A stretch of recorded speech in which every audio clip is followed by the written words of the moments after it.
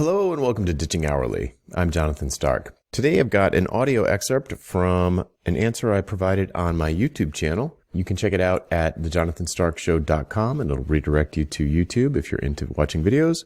Otherwise, you can just listen to the audio here on the podcast. Enjoy. Hey, Jonathan here. I've got a question from Ashwin who asks, sort of a long one, I'm going to read just the key part. If I'm doing a productized service of food photography and I'm not promising a scope-related output, aka number of images, what kind of business output can I reliably promise to a client? Is there a way one can calculate the business outcome of a creative service like food photography?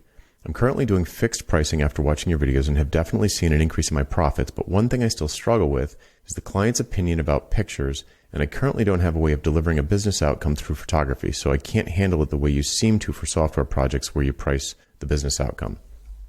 All right, so there's a lot going on here.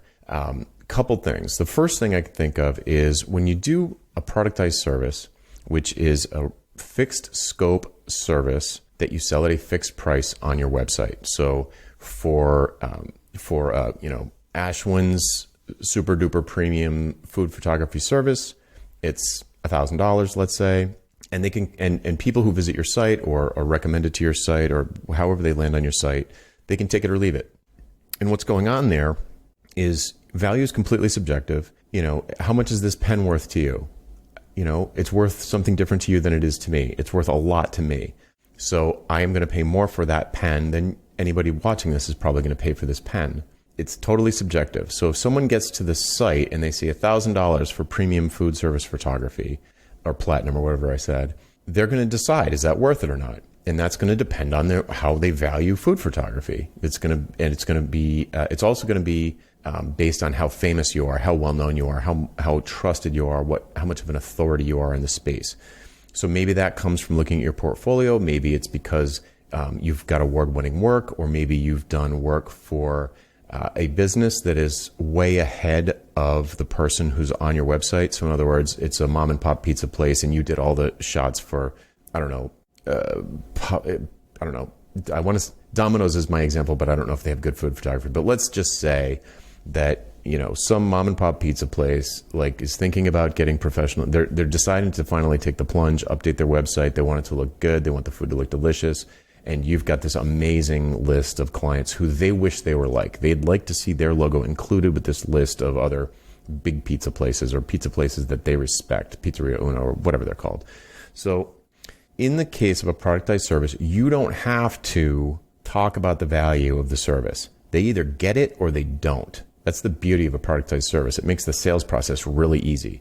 If you can drive the right kinds of people to the website through word of mouth or an email list or pay-per-click ads, whatever it is, if going to in-person meetups or doing trade association speaking gigs or something, and you can get in front of those people, the right people, they're going to say $1,000, that's a deal. Like for photos that look like this, or photos that have worked for these big brands that I envy or aspire to be. Yeah, we're ready to spend the best. We're making a leap with our business. We're going to go from one person place to a regional chain, or we're going to go from a regional chain into a national push. And the last thing we want to do is skimp on the food photography. So if you find somebody who's in that situation, they look at that price, they're going to say, wow, it's a no-brainer, no problem. So you don't have to worry about value pricing or necessarily articulating a business outcome from your photography in a case of a productized service. Another way that you can communicate the value in a credible way is to have testimonials from happy customers. So if you've done food photography for somebody else, another pizza place, let's say, and they say, and they give you a testimonial like Ashwin's photography transformed our business. We did a site redesign, and we believe that the photography had a huge impact on the increase in online ordering, something like that. Our upsells at checkout doubled as soon as we put the new photos on. So let your customers tell you, your past customers tell you what they valued, how much they valued, what was the business outcome of the photos. They wouldn't be paying you if they didn't think there was some outcome. There must be something. It's fine if it's totally subjective and totally intangible. That's what most things are. So but if they're saying it in their own words, it becomes persuasive. If you're just saying it and you're writing it on your website, it's a lot less persuasive. So so what I'm saying is another way to increase potentially the value, the perceived value of this particular offering to new prospects or new clients is to have other clients, go get testimonials from past clients and say, well, I've got a list of testimonial questions you can ask. The first one is, what doubts did you have about this service in the first place? What reservations did you have about hiring Ashwin?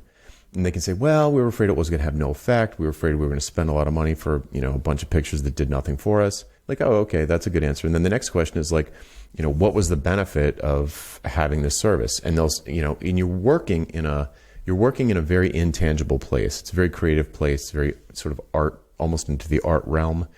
And they will be able to articulate why it mattered to them. If they're satisfied. If they're satisfied customers, they will be able to articulate in some weird, squishy way why it mattered to them. And then when new prospects come along and they read that, it's going to resonate or it's not. Okay. Don't have a way of delivering a business outcome through photography. So I think I kind of answered both.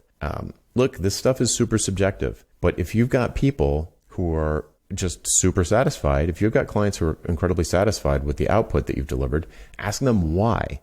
Why was that? Why are you happy? Well, because it has transformed our business. Really, you feel like it transformed the business? Like, what if you just shot these photos yourself? Oh, if we shot, that's what we did on our last website, and people just like, getting nauseous just browsing the checkout. So they will be able to tie it together. If they gave you money and they are happy, it means that they got an outcome that was worth more to them than the money they gave you. It's not rocket science. If they gave you $1,000 and they are super happy with the outcome, they will be able to, if you ask them the right questions, they'll be able to articulate why. And that why is going to matter to other people, certain other people who are kind of like that buyer. So you don't have to think hard about it and figure it out. Just ask and they'll be able to tell you. Okay, hope that helped. I am Jonathan Stark, and if you have a question for me, you can hashtag AskJonathan on YouTube, LinkedIn, or Twitter, and we will add it to the queue. See ya. Hey, Jonathan again. The next time someone asks for your hourly rate, I want you to stop what you're doing and go to valuepricingbootcamp.com to sign up for my free value pricing email course. That URL again is valuepricingbootcamp.com. Hope to see you there.